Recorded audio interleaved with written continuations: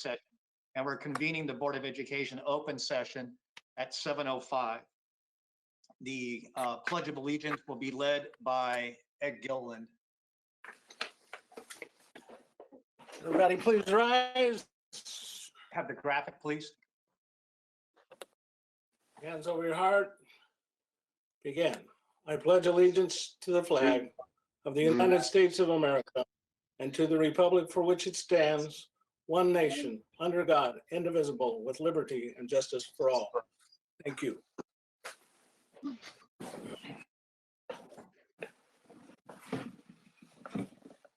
The roll call is everybody is in their place with a bright smiley face. Do we have the student board member here, Rob? Do we have the student board member here? We do not. We do not. Okay. We met in closed session prior to the open session.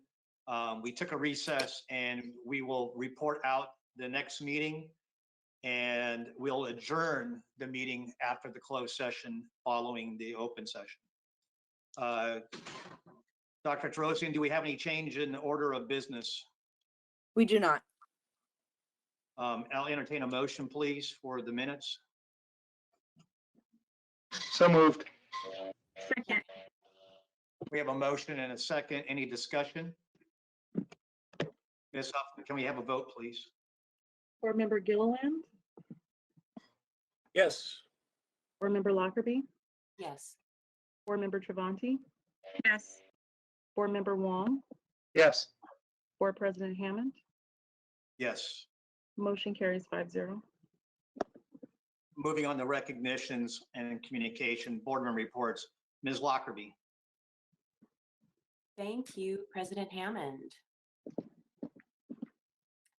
As superintendent's responsibilities include managing a district, communicating with administrators, meeting with cabinet, and reporting to board members, just to name a few. And that's an extremely unfairly short list of a superintendent's responsibilities. Since January, our superintendent, Dr. Catherine Tarosian, has not only been fulfilling all of her normal duties, but she has been virtually meeting with, seeking guidance from, and collaborating with agencies like the CDC, which is the Center for Disease Control and Prevention, LACO, which is LA County Office of Education, and the CDE, which is the California Department of Education, and government entities like our county supervisor, governor, representatives, and state superintendent of schools, often on a daily basis to determine the least disruptive and most equitable way for all of our students to continue to be educated during this unprecedented pandemic, and for our entire MUSD community to remain safe. Those of you who know me know that I can often push issues that I feel strongly about, and I don't always agree with Dr. Tarosian, but today I wanted to say thank you, Doctor, for casting your vision for MUSD far and wide, for remaining strong while needing to make incredibly tough decisions, and for bringing your well thought out and deeply researched information to this board. Thank you.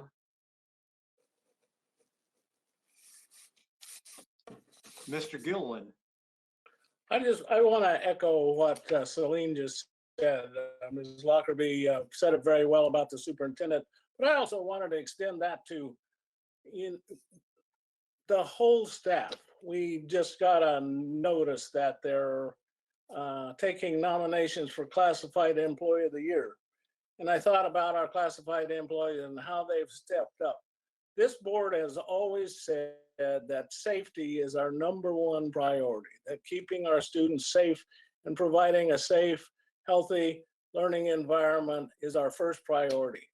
And in this crazy times that we're going through right now, our classified staff has stepped up with extra deep cleaning. We've had people volunteer to stay out and serve meals over the spring break, and they've stepped up in such a great way. I don't know how we're ever going to name one person as the the classified employee of the year. But also our administrators, our teachers. It's amazing that we've gone from where we were in mid-February to where we are today. And the only reason is the foresight that our administrators have had and this board has had to say, you know, we need to start looking at distance learning and prepare to utilize that technology. And so we were in a pretty good place when we had to totally change our way of doing business. But we weren't totally ready. And it has taken a huge amount of work by our superintendent, by our administrators, by our certificated employees, and by our classified employees to make this thing work as well as it is. And we're going through some growing pains, and the whole world is learning new way of doing activities. And if I could name any team to be leading this school district, this board has provided just direction that says our students are first, and that's what's important. And then our whole staff have just stepped up and totally changed the way we do business. And I just have to give kudos to everybody involved in this, because it is amazing how far we came so fast in taking care of these students when we can't have classroom instruction. So thanks to everyone that's involved. Thank you, Ed. I would just like to make one comment, and this is on our community side. It really doesn't affect our schools at all. It affects our community. And to date, we know that we have 20 members of our community who have tested positive for the COVID-19. And I'd like to take just a moment so that we can offer our silent prayers to the members of our community and their families who are going through this, because these are truly different times.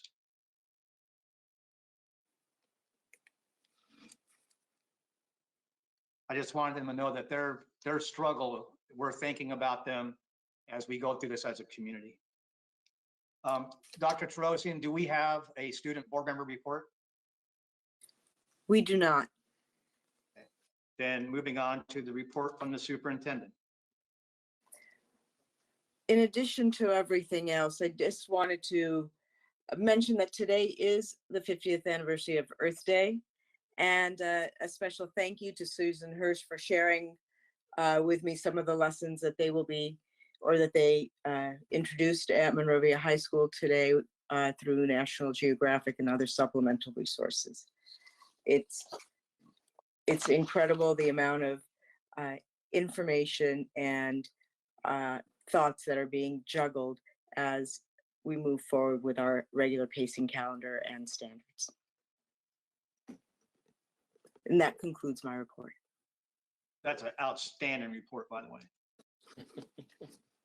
Public comment. Anybody who wishes to speak to the board would have needed to fill out a public comment form prior to the meeting for items that are on the agenda. Ms. Huff, do we have any comments? There are none.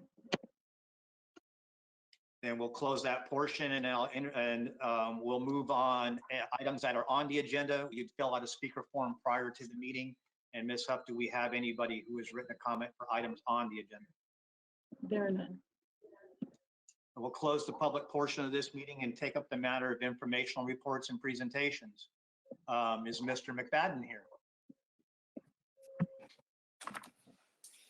I am here. Mr. McFadden, will you tell us about the wonderful things happening over at Canyon Early Learning Center, please? Sure, it's my pleasure. Thank you, Board President Hammond and Dr. Terosian and all cabinet and board members for giving me the opportunity to talk about two of the programs that I love here in Monrovia. The first being Canyon Early Learning Center. And I think my cue is next for Shoshana. So perfect. Just to give us a quick overview, Up until our student dismissal, we were serving 263 students, and that broke down into 32 special day class students, 24 full day class students, 192 of our half day students, and then we have a waiting list of 15 young preschoolers wanting to get into CELC at this time. Next. So throughout my 2 years here, it's coming up on my 2-year anniversary here at the end of this school year. We've had an instructional focus of developing language and reasoning skills. We've enjoyed a very strong partnership with Monrovia Reads, and we know that it's critical for these students to have a solid foundation in terms of language acquisition. So we intentionally design our curriculum to develop language development, listening, speaking conventions, vocabulary, grammar, letter recognition, writing skills, and an acronym that we call Doing the Language Dance, where we work, our staff works with the students on developing the reasoning skills behind the reasons why they are answering the questions that they do. So you'll be able to see that if you step on the campus, both in and outside the classroom. We are constantly doing the language dance with our young ones. Next. So just a couple things about some of the learning activities that we incorporate. We use a curriculum called the Creative Curriculum, in addition to teacher supplemented materials for the classroom and the activities that go on in a preschool environment. We also incorporated this year our PLC teams. So we have a 3-year-old and a 4-year-old PLC teams that are meeting regularly, including during student dismissal, to talk about the curriculum and learning units that are made available to the students. One thing that we like to say on the preschool side is that we want our students to learn while they play and play while they learn, because we feel that's the best way that learning takes place for preschoolers. As I mentioned, we have a strong partnership with Monrovia Reads. They've done a lot for us this year in terms of our parent education nights. We've had partnerships with them for a variety of things. So we look to continue that strong partnership when things resume to some sort of normal, whatever that normal may be. Next. I updated our good news urgent message just with some data that we continue to look at.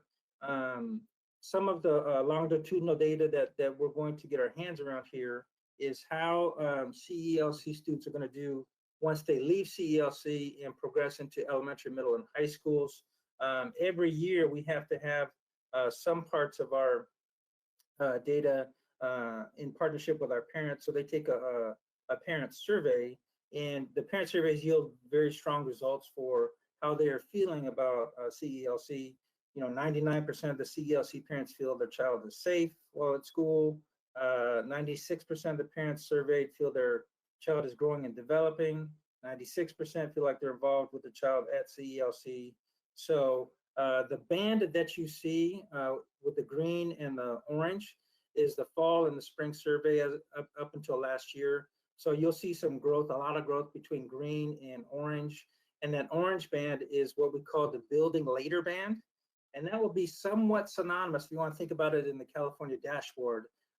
Orange would be the kind of green bluish band in terms of where we're at with our preschool kids. And so as they progress to kindergarten, it's important for us to get as many kids as we can in the building later band of the developmental results profile. So that's kind of our benchmark as we look to move these kids from the beginning of the year to the end of the year.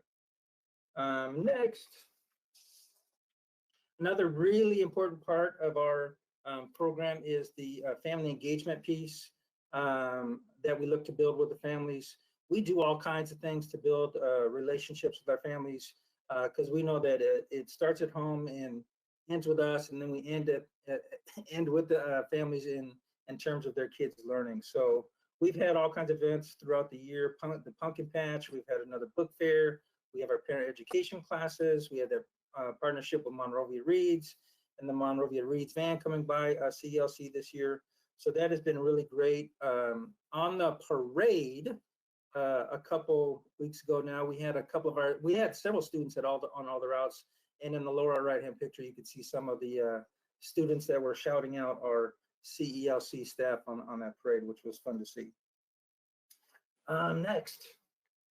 So we dove into remote learning, as we all have here in Monrovia, and we chose Class Dojo as the remote learning platform for right now. And this is the beginning or the middle of our second week of that. So we started off with teachers making packets for their classroom students, and then we evolved into a remote learning process that is still evolving, but we've had a really strong response in Class Dojo to the things that the class teams are setting up for the students to learn. This is a snapshot or a screenshot of the first week of Class Dojo. So one of the things that I was really excited to see was that we had almost 900 messages going back and forth between staff and families. So the engagement piece is really strong for the families, and they like to be engaged with. And so this remote learning platform was really good for that.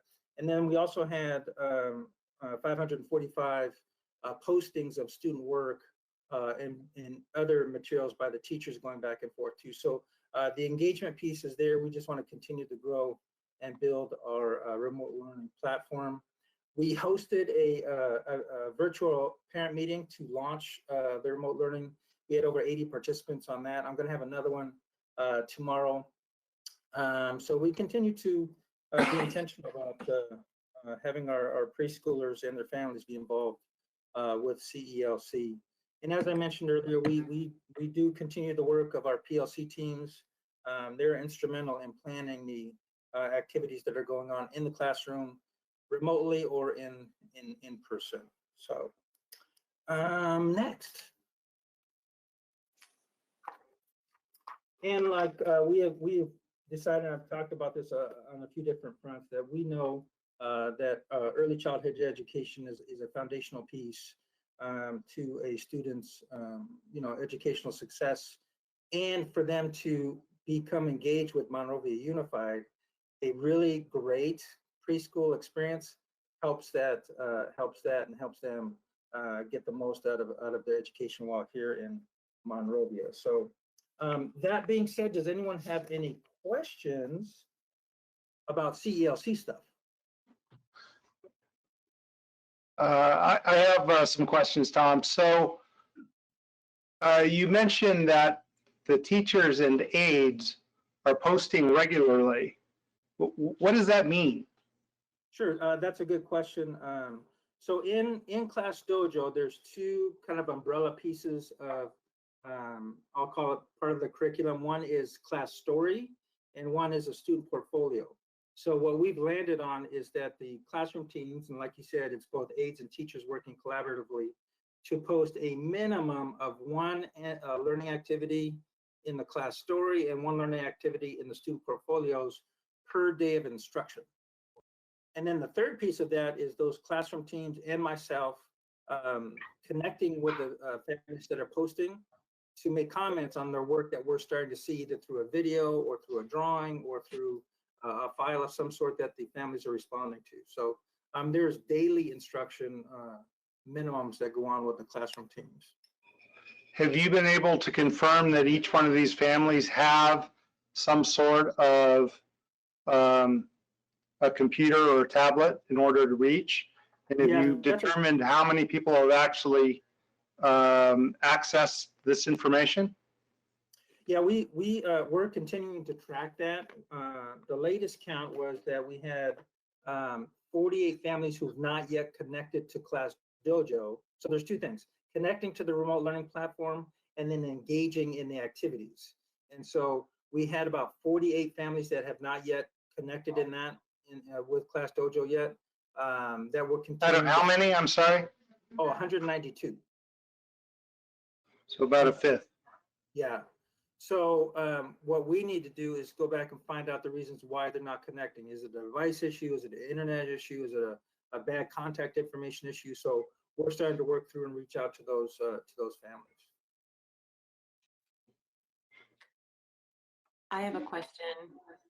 Sure. I understand that it's a vast and full and complex topic, but can you give us all an overview of what you mean by PLC teams? So Oh, sure. what is PLC and what is a PLC team? So the professional learning community that we've developed at CELC, because I always want to be in alignment with the directives that the district is going to. So, you know, the PLC model or how we go about our business of educating students is wrapped around the professional learning community model.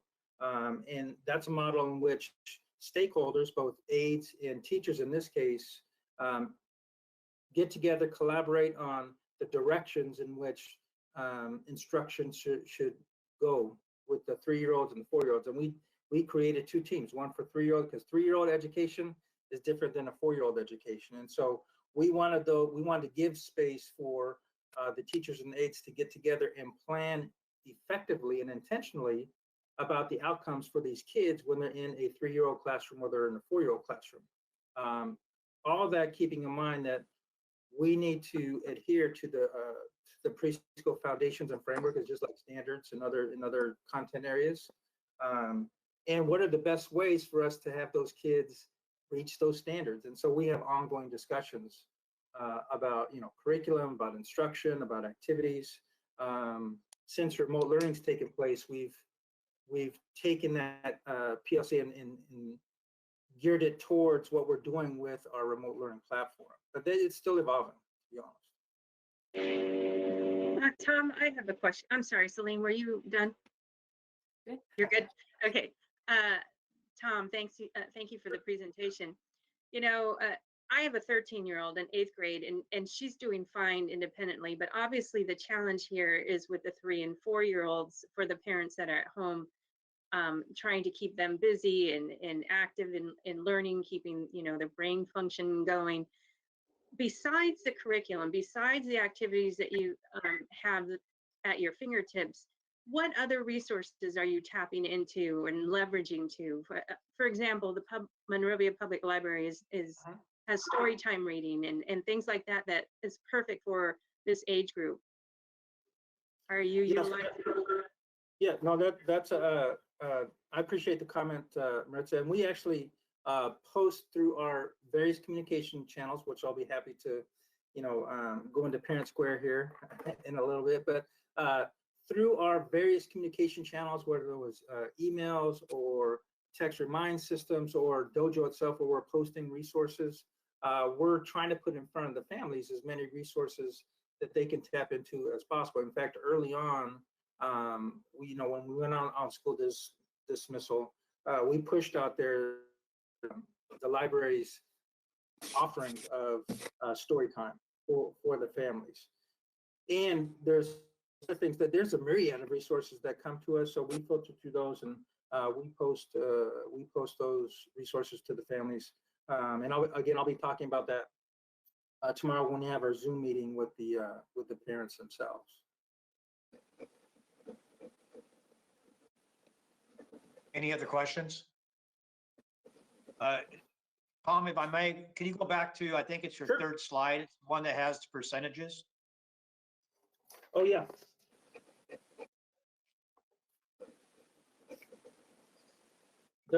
Yes, the percentages at the bottom. I'm assuming that this is some sort of a survey that parents have taken? So the parent survey, yeah, that's the survey they took, the fall survey, yes. The one that it's the second one. The CLC parents feel their child is growing and developing. Yes. It's 4% do not think that that's happening.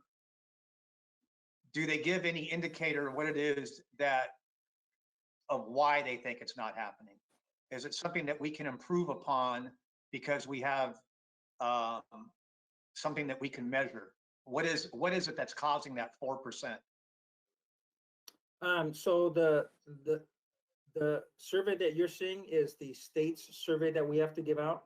that ask the questions about, do you feel like your child is growing and developing? When we work with the parents, we need to follow up in terms of what the reasons are, like you mentioned, why we have 4% of the people that are feeling like their child is not growing and developing.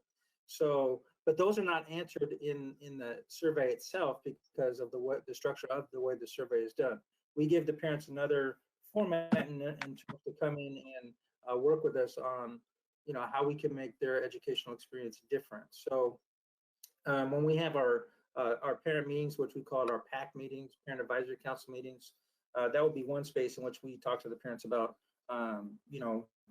growth and development or feeling safe at CLC or curricular activities, et cetera. So we can develop some internal surveys based on the state survey, but the state survey is what you're seeing in front of you. Okay, so I have not seen one, so I'm going to make an assumption it's a bubble. Someone fills in a yes or a no. Correct. Okay, then is that the same on the third one where the parent feels like they're involved with their child? Correct. Those all came from the desired results parent surveys that we have. It's a yes or a no. It's a yes or a no bubble. Yeah, it's a bubble type situation. Okay, well, thank you. I am interested in knowing why 4%. Because if it's valid, we could probably close the gap easy enough if we could figure out what it was. Correct. I agree with you too. And part of the other challenge too is having we have to do a little bit of coaching of parents on the survey itself in a couple of different languages. And so could that be a part of it? I'm not exactly sure, but it's still a way for us to grow. And so I can get an understanding, because percentages sometimes get skewed. What is the number of people that took the survey? For this year, we had 83. So 83. Yeah, so that's another area that we need to do better, and is get a higher percentage of our parents involved in that survey.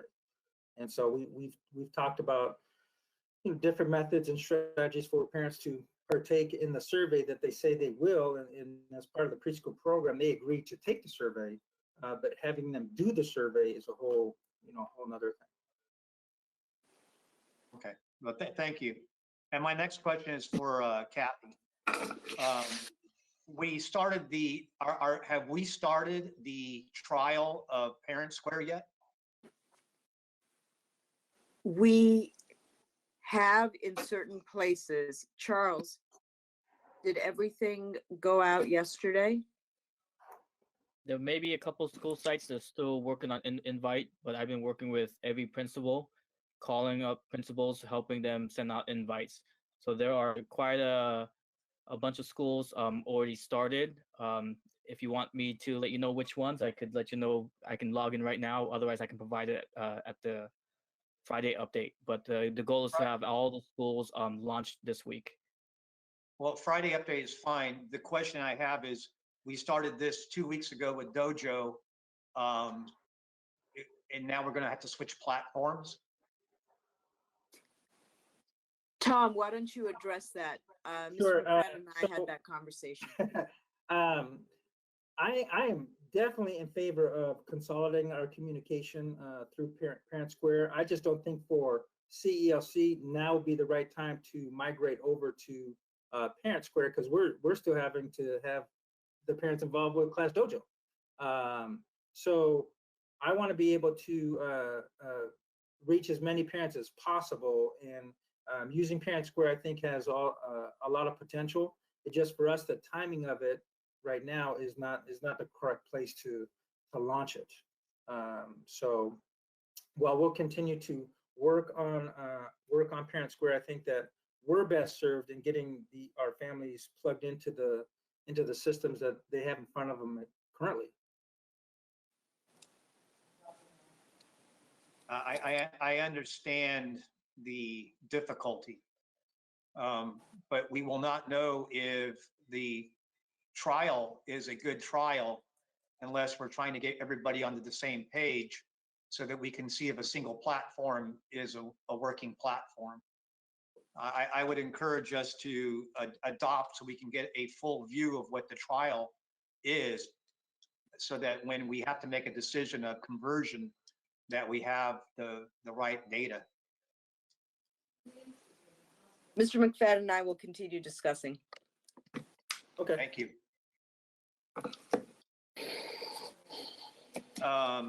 Up again, we have Mr. McFadden is going to tell us about the wonderful things that are happening after school. So yes, the village program. I got to switch gears myself here. So Village again is our expanded learning program. We have 6 sites that we have programs at and serve before and after school programs at our 6 schools. So if you could hit next there, Shoshana.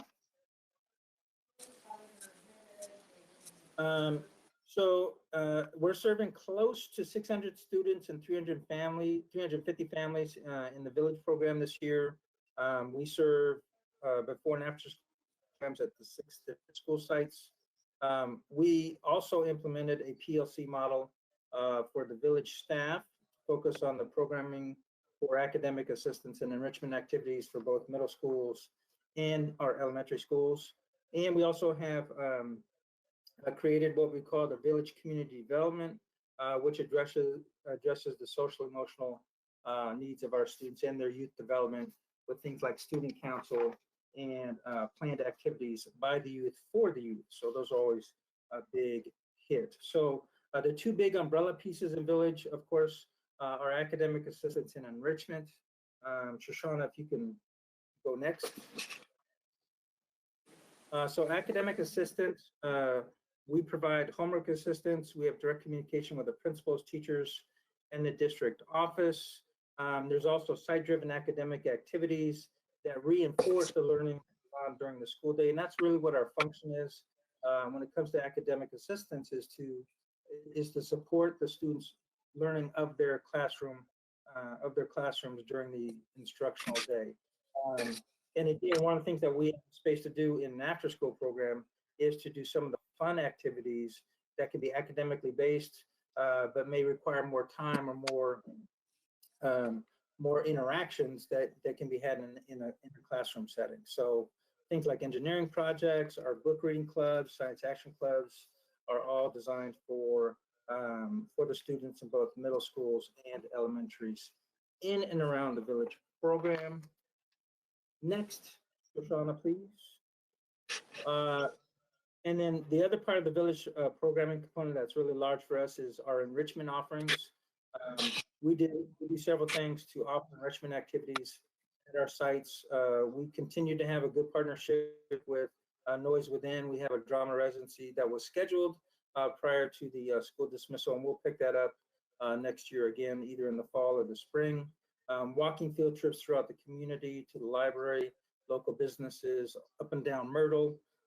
We have a variety of clubs that the staff organizes for the students at the sites. And like I mentioned, we have student leadership opportunities that take place in Village at all the elementary schools and middle schools. Next. So, Village's response to the school dismissal, we are actively working on what I'm calling Village Live, which is our interactive experience for students to continue to get academics and enrichment opportunities for village students as well as the students that attend that school. So we're working on creating a Village Live experience to give students both enrichment, academic assistance. The way it's looking right now is that we're going to create Village Live at all sites that we serve, with programming happening to begin with Tuesday, Wednesdays, and Thursdays from 3 to 4:30. We have our staff member, one of our staff member who works over at Monroe is creating websites for all the Village Live programs to talk about the programming. And we're going to work with a format that deemed to be the best, whether it's going to be GoToMeeting, a Google Hangout, or Zoom. I'm working with technology in the district office to figure out which of the formats is going to be best for us to do this Village Live experience. But the staffs right now are creating both what the academic assistance part of that will look like, along with the enrichment activities that will be in this live interactive experience. And then we continue to provide program supports for the families besides just the Village Live experience. So we went and credited the families' accounts for the 2 weeks of service in March. We suspended billing for the rest of the year, and we're working with the families that have a balance to be in good standing for our priority registration, which is going to come up here in June. So next.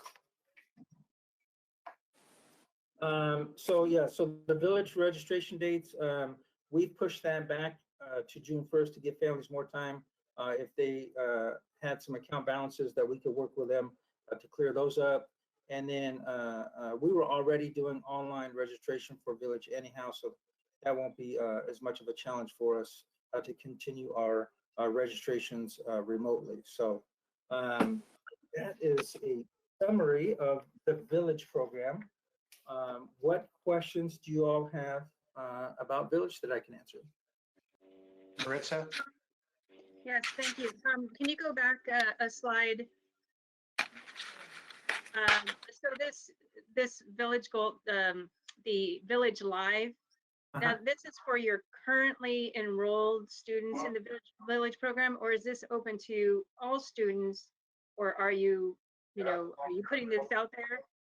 Yeah, I think we had the intention to start with Village students, but in talking with the principals, we think it would be a good idea to push it out to all, or give all students of that school the opportunity to plug into this Village Live experience. And they don't have to be enrolled in Village to do it. They can just have the opportunity to get the academic assistance and enrichment activities if they so choose. I think it would be a great idea, and I think some parents would welcome that, especially between those hours of 3 and 4:30. They might get some of their own work done as parents, or other things that need to get done around the house. I would love to see it opened up for that particular school to whoever wants to join in, whatever students want to join in. You may not get very many, but I think it'd be great to open it up. Brian? Sorry. Oh, I'm sorry. Maritza, were you done? Okay, Brian, sorry. No, that's fine. So obviously these are very unique times, and this presentation was obviously geared towards the time that would be more normalized. Right. So there's two things that I've got. What are we actually doing? You've talked about some of the things we're planning on doing or could be doing. What has staff been doing, or what services have we been providing right now today? So we've pivoted a couple of times since the school dismissal went out. When we first decided to go out on school dismissal, it was going to be a short amount of time.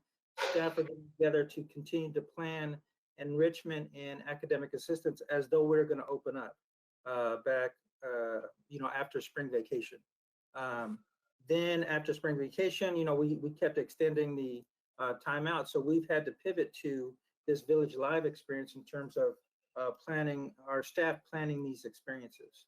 So that's what they've been working on, is creating this Village Live experience, doing the curriculum, doing the planning for that as we move forward. So at this point in time, you're just planning. Correct. Okay, so if I understood correctly, we stopped billing the families second week into March. Correct? So have you reduced staff at all, or are we still fully staffed?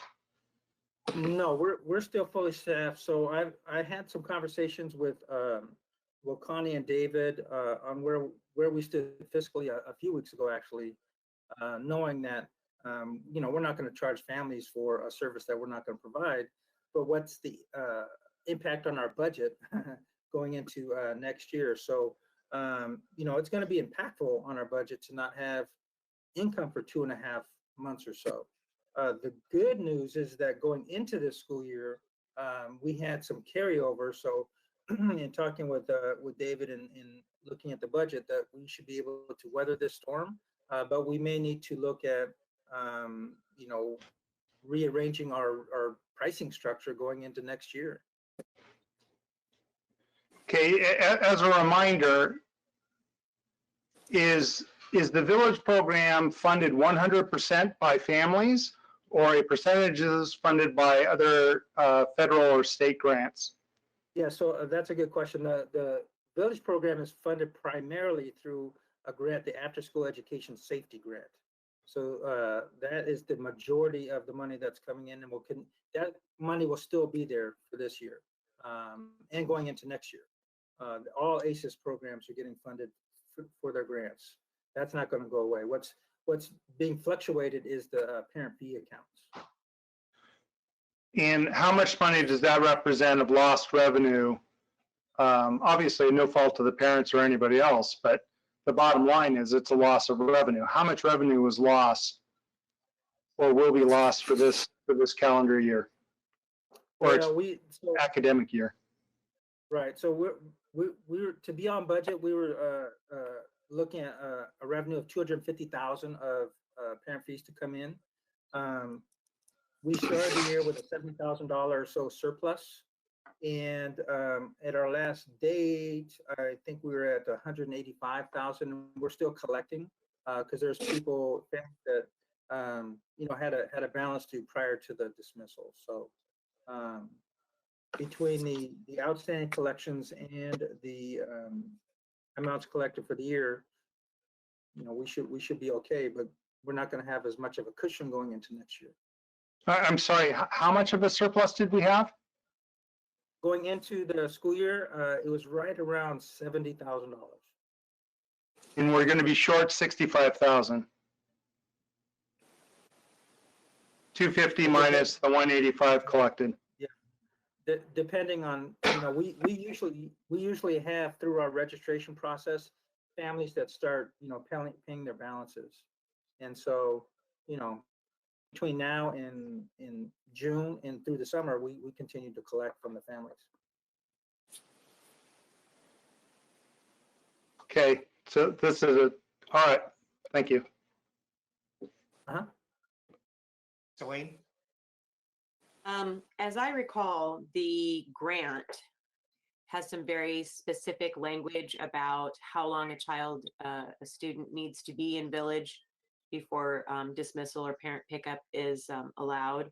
And as I recall, it's different between elementary and secondary levels. Am I correct? Is that still the case? Yeah, so the grant mandates that all ACES supported sites stay open until 6. Local programs can decide or create a early release policy that allows families to pick up students prior to 6 o'clock. So we'll always operate till 6 to meet the grant mandates, but we also have our early release policy where students can, and what we align that to is you know, the grant mandates of 15 hours a week of programming. So we like to see the students be in the program 3 hours a day if they can. But there's, you know, our early release policy allows for students to come out earlier than that. What I'm getting to is they seem to be, as I recall, very strict about that. Assuming that there are going to be changes in the future, how do you foresee that grant? How supple do you foresee that grant in terms of how long a child is in school and when a child can be released? Is that something that you foresee being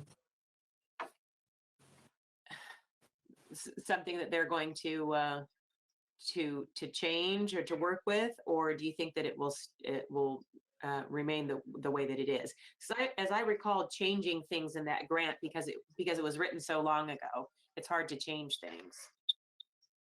Yeah, Are there any waivers, I think is the bottom line. What, Brian? Are there any waivers? Have we been given notice that we're going to continue to receive this regardless? Because I do remember the exact same thing that you're talking about, that they were very much the sticklers on the bookkeeping of hours and the number of hours, minimum hours, and so forth. So have we actually received any guidance, or are we making assumptions that we're going to get a pass on this? Well, so what I can tell you to that is that I was on the policy committee meeting today with with the state representatives, and they're not sure what the landscape of school is going to look like when fall opens up either. So some of they talked a little bit about what would happen if there's like a staggered school schedule, but those are all unknowns. But they have direct implications for how these programs will run, how expanded learning programs would run, whether it's in a staggered schedule, a before school or an after school program. So all indications are that the grants are going to be there, but how those grants are the mandates of those grants and attendance and amount of hours, those are going to need to be in line with what the landscape of the school is at the time we open up in fall. And the head of the expanded learning division, Michael Funk, who's on the call today, he doesn't have the answers currently either. I don't think any of us have the answers yet. None of us have the answers yet, but I think it would serve us well if we start to reach out to them, because as I recall, it's very difficult for them to change their mandates, and it takes a very long time. And I think it would, as I said, serve us well if we start to reach out to that and say, we don't know what's going to happen, but we understand that things are going to change. Get into gear to be ready to change with us, because that's something that's going to need to happen. And I think the sooner that we can broach the subject and get things softened up and ready to be flexible with the changes, the better it will be for the village program. I agree. Any other questions? I did have another question. I apologize. You mentioned families' account balances that are in good standing. How does a family know whether in what standing they are?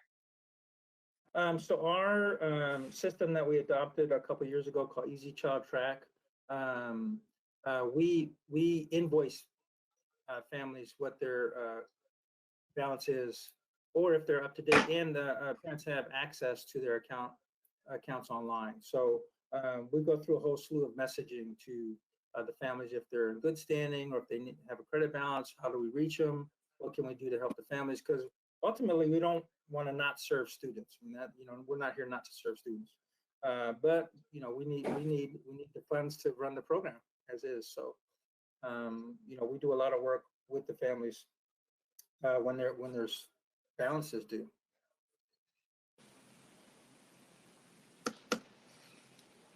Any other questions? Tom, thank you so much for the very informative report. And I know I speak for the entire board when I say that we appreciate all the work that you do to get our littlest learners prepared for kindergarten and making sure that the enrichment programs for those who are attending our regular school day is top drawer. Thank you. Thank you. Appreciate it. Up next, we have the consent calendar. I'll entertain a motion of consent. So moved. Second. Motion and a second. Any discussion? May we please have a roll call? Board Member Lockerbie, Yes. Board Member Travanti, Yes. Board Member Wong, Yes. Board Member Gilliland, Yes. Board President Hammond. Yes. Motion carries 5-0. Moving on to action items. This is all Darvin. With the board's approval, I would like to take the first three items and make them into one motion with a different header, so that it would be a motion to approve the resolution recognizing administrative professionals, a resolution motion to recognize school health services, and so forth, to take it all in one motion instead of reading it 3 times? No objection. Okay. Me- Darvin? Staff Duly report, noted. please, on all 3 items. Good evening, Board President Hammond, members of the board, Dr. Tarosian, members of the community. This is Dr. Jackson, Assistant Superintendent of Human Resources. This evening, I have the privilege of bringing forward several resolutions to honor many of our staff members. With that said, the Board of Education is requested to adopt resolution number 1920-18, recognizing April 20th through the 24th, 2020 as Administrative Professionals Day, as well as resolution 1920-19, declaring May 4th through 8th, 2020 as School Health Services Appreciation Week, and that May 6th, 2020 is recognized as National School Nurse Day to recognize and honor the contribution of school nurses and health clerks to quality education in the state of California and the Monrovia Unified School District. And finally, to adopt resolution 1920-20, declaring May 5th, 2020 as the National Day of the Teacher, and May 4th through the 8th, 2020 as National Teacher Appreciation Week. And all citizens are urged to participate in an observance that express their appreciation for teachers as well as the other staff members that I previously recognized. Any questions of Darvin? Entertain a motion. I move we pass these 3 resolutions. Second. Second. Motion and a second. Is there any discussion? Ms. Huff, will you please have a vote? Board Member Travanti, Yes. Board Member Wong, Yes. Board Member Gilliland, Yes. Board Member Lockerbie, Yes. Board President Hammond, Yes. motion carries 5-0. Up next is the MOU with Monrovia Unified and Cal State Polytechnic University. Mr. Jackson, Dr. Jackson. Yes, Board President Hammond. The Board of Education is requested to approve a memorandum of understanding between the Monrovia Unified School District and Cal Poly Pomona University commencing July 1st through June 30th, 2023. This is a approval of an MOU that has previously existed with Cal Poly Pomona in bringing their student teachers to the Monrovia Unified School District to complete their service hours. There is no financial impact to the budget. Any questions? Yes, I have a question, Dr. Jackson. Has this been modified to take into account distance learning? Are we going to be able to use these student teachers to help with the distance learning, or is this only in effect if we go back to the classroom? Cal Poly Pomona is working on a plan to assist with distance learning. They're optimistic that we would be back in school by the fall, but they are creating a plan that would account for adjustments needing to be made. A similar situation is occurring for the counselors that are also needing to do hours as well. Right. Any other questions? Entertain a motion. I So move. moved. Second. We have a motion and a second. Any discussion? Ms. Huffman, will you please have a vote? Board Member Wong, Yes. Board Member Gilliland, Yes. Board Member Lockerbie, Yes. Board Member Travanti, Yes. Board President Hammond, Yes. motion carries 5-0. Up next is board business. Dr. Tarosian, bylaw 9122. Thank you, President Hammond, members of the board. We found that this might be a very good time to review some of our bylaws and policies to update them as we move on with the rest of our business in the district. Board Bylaw 9122 reviews the requirements and the responsibilities of the board secretary. It has no changes recommended to it through the California School Boards Association, and so is presented for your review today for its first reading. We thought we would begin with the oldest of the policies first, or the oldest of the bylaws, and these had not been changed since 2007, and we thought we would get to it and found that there's a reason why they hadn't necessarily been revised. The same is true. I'm going to move on to the Board Bylaw 9123 for the Vice President. This too is submitted for a first reading and is submitted for review. No changes through the California School Boards Association have been recommended. Neither have the responsibilities been revised within the Monrovia Unified School District. Finally, for your review is Board Bylaw 9124, the board responsibilities of the board clerk. And there is some new language in there, but does not substantially change what existed back in 2007 and up to this point, in that the documents are being signed as directed by the board rather than simply the board minutes. And that the board shall elect a clerk from its own membership at the annual organizational meeting. So Dr. Therosian, is there a reason then that we're, this is a first reading? Do we need for these to come back since 92 or 9122 and 9123 are no change? Is that just so that we can have the latest review on the bottom of the page? That is accurate. Had it been reviewed prior to, I certainly would not have selected these. And by adding that date, we'll move on to the next ones. All right, I don't know that, I was gonna say, I don't know that it's really that big of a deal. You can just change the date at the bottom to say reviewed April of 2020. Because there's no change, so we're not voting on it. I don't think there's a need to vote on it. Yes, we could make the change for The first two. first two. The third one would need to come back for a vote. That's fine.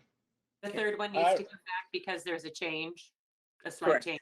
Okay. Correct. For the first two, you're saying Secretary and Vice President, we don't need to vote on it at all?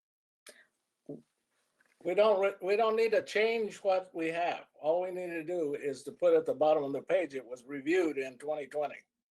And Just so there's a record when somebody So goes if to you- look. so when it says reviewed, that means it was reviewed by the board. Yes, Correct. And the only way that it can be reviewed by the board is for it to be on the agenda. Yes. Thanks. I say we pile all kinds of things onto the clerk position this year and then rescind it next year. That's just, oh, okay, that died for lack of a second. I would propose that the clerk position come back on the consent agenda next meeting. Unless there's a question or problem. I agree. I don't see there's an issue. Dr. Taros, okay, is everybody okay with that? We can move on. Yes. We're going to take up number 8. Kathy, will you do the resolution for number 8, please? Yes, President Hammond, I members of kind the of like board. to read. Kathy, do you have the whole resolution in front of you? I do, Will you read it? of course. Resolution number 19/2017 is presented to the board. It is in remembrance of the Armenian genocide and man's inhumanity to man.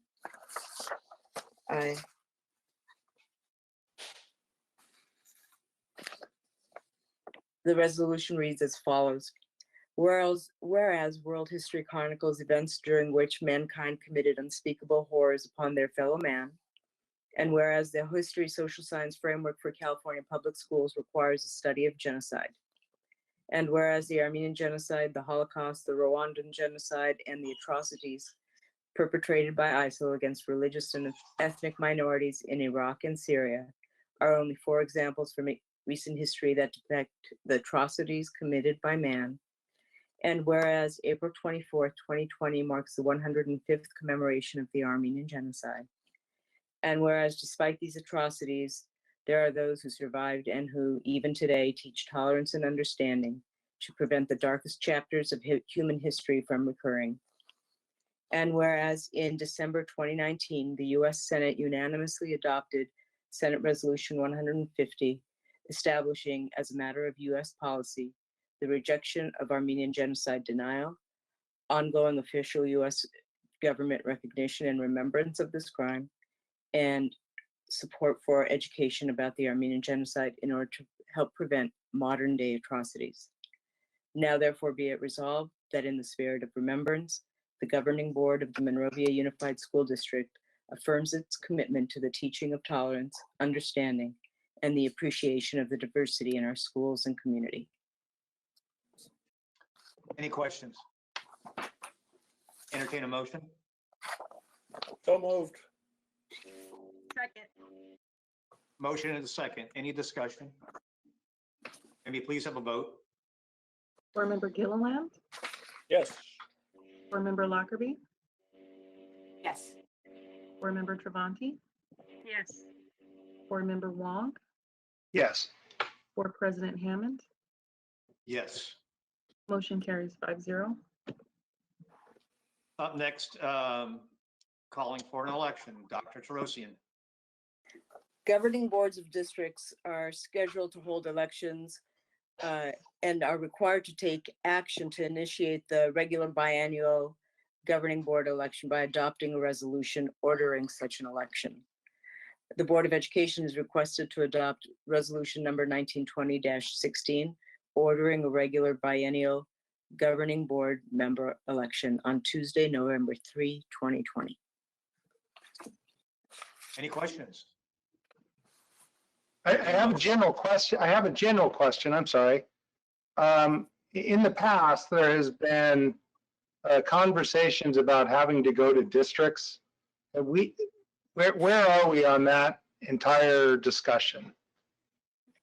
And when or how soon would we have to do something like that? We passed a resolution about a month ago that will have the process working, that will come out, I think, next March, to show that, what the resolution is. There's legworks that have to get done before we do that. So the game plan is we have started the process and expect a result somewhere in March. March of 2021, yes. Perfect. That's it. Any other questions? Um, Entertain a motion. Sorry, just real quick. I'm sorry. There is a cost to the district for this election. What is that cost, Kathy? We have projected $140,000 for the election. So if there's 3 seats available, so if they go uncontested, then does the district save that 140,000, or does that still get spent? How does that work? That money is saved. That money is saved. Okay. Just wanted to confirm that. Thank you. How does that work? Because that money is charged by the county, isn't it? That's correct. So how is it that that is safe? Because they don't have to produce new documents? That's likely true. Ms. Wu, can Yes, you I'm here. help clarify? Sure. Every time we have election and after election, the LA County, they send us a bill so that the district will pay for it. And the district has a history that we do have any person to testing the incumbent. So we did not go to the election, and we did save the money before. Ms. Wood, do you have an itemized list of what we would be charged for an election?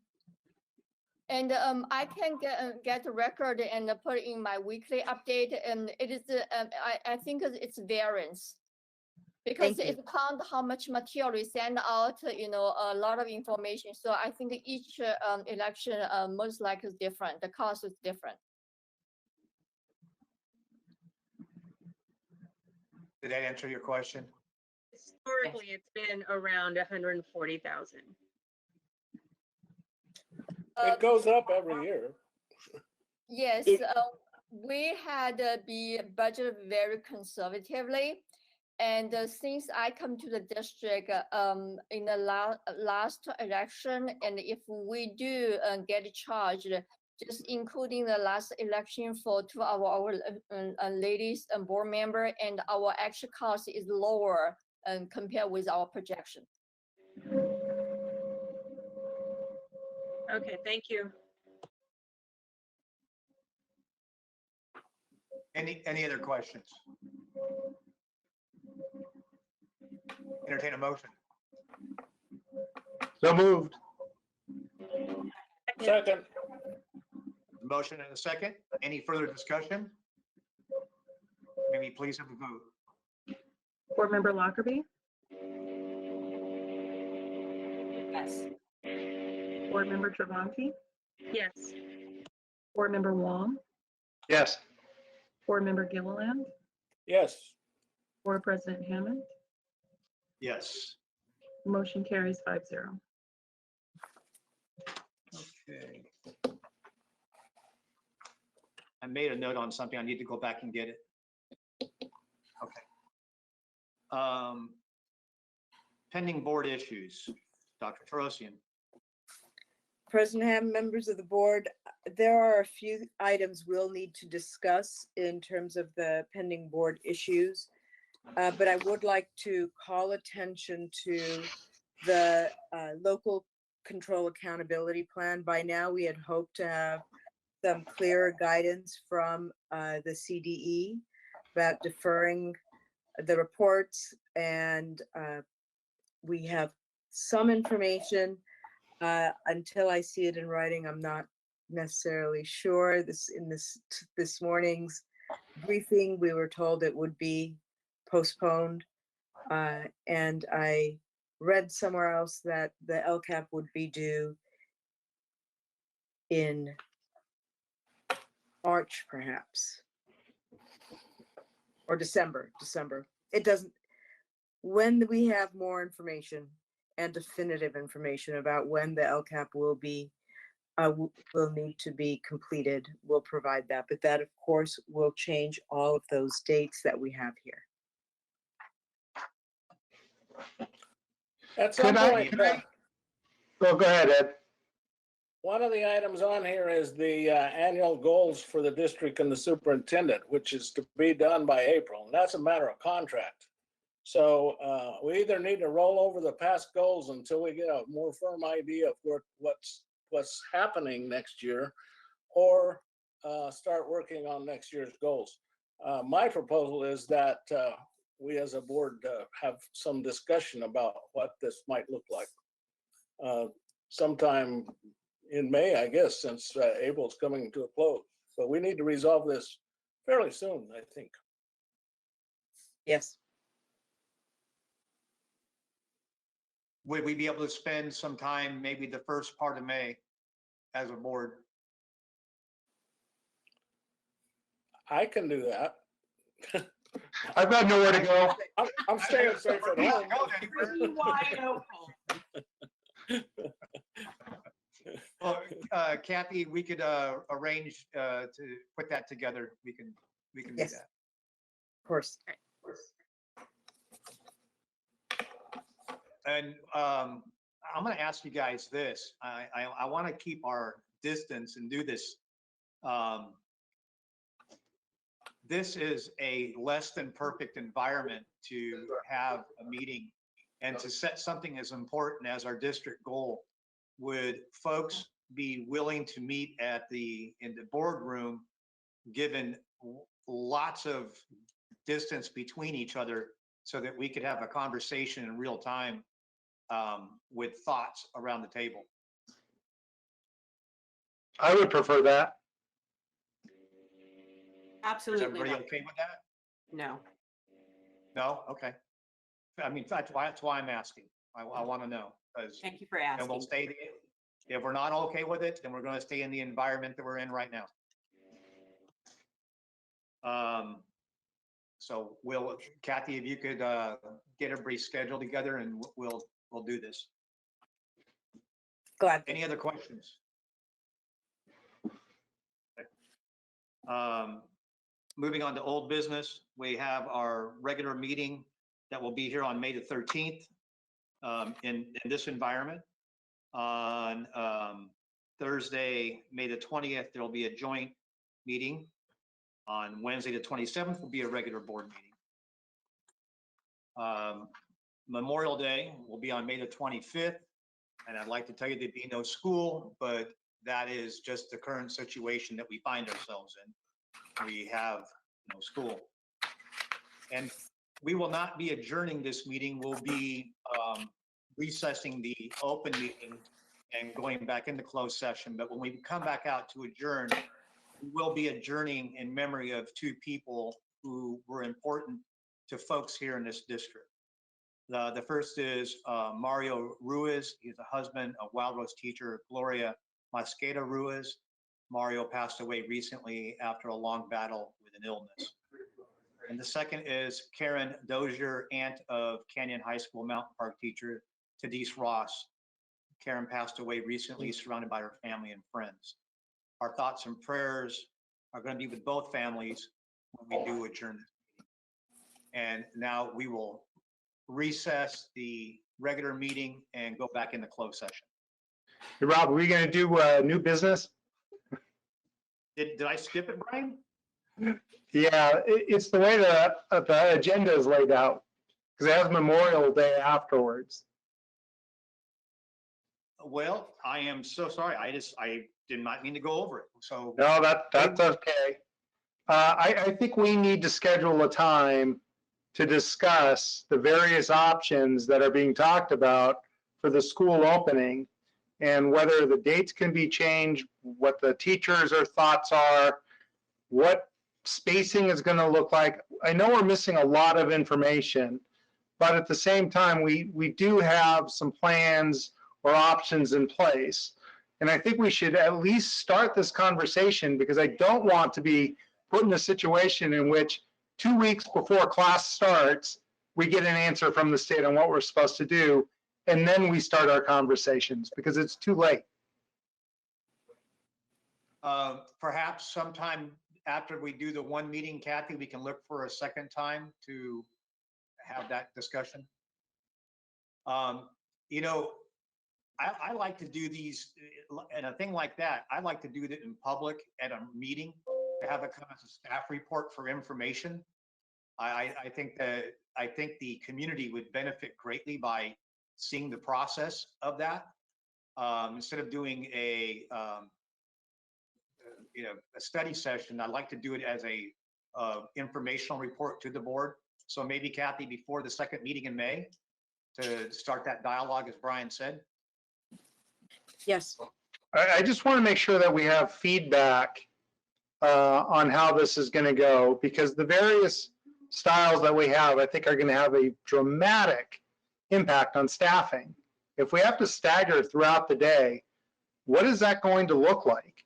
Not just from a staffing standpoint, but how do we do that with the existing classrooms that we have? You know, so these are the things I would really, I agree with you. There probably is no more important topic for the upcoming year than what is school going to look like. But at the same time, we need to be able to ask questions and have this as a two-way conversation versus just getting a report. That's just my preference. I know I have a tendency to ask questions when I hear information I haven't heard before. But this, I think, is pretty critical. Well, I tell you what, let's try it this way, Brian. Let's do it as a informational. That's going to create conversation, I'm sure. if we look at the second meeting in May to do that, if we just know that block out, it could be 45 minutes worth of discussion. We just block out 45 minutes worth of discussion. That, I do. yeah, I do think however you want to do it. I just want to make sure that we have an opportunity to talk it through and absolutely. see what the different thoughts are. That's all. But I do think that we'll get more participation from the public at a regular meeting than if we did a study session. And I do think that people would find the dialogue and the information incredibly important for what it's going to look like next September, or actually August. May I just try and manage expectations? Well, You can try. As other duties as assigned, this is, yeah, I understood.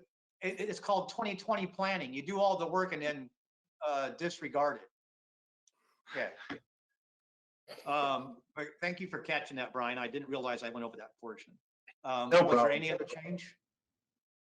Then we will go into recess and well, how about we come back into closed session in about 5 minutes? Sounds good. Let for Charles to let us know that we're off the air.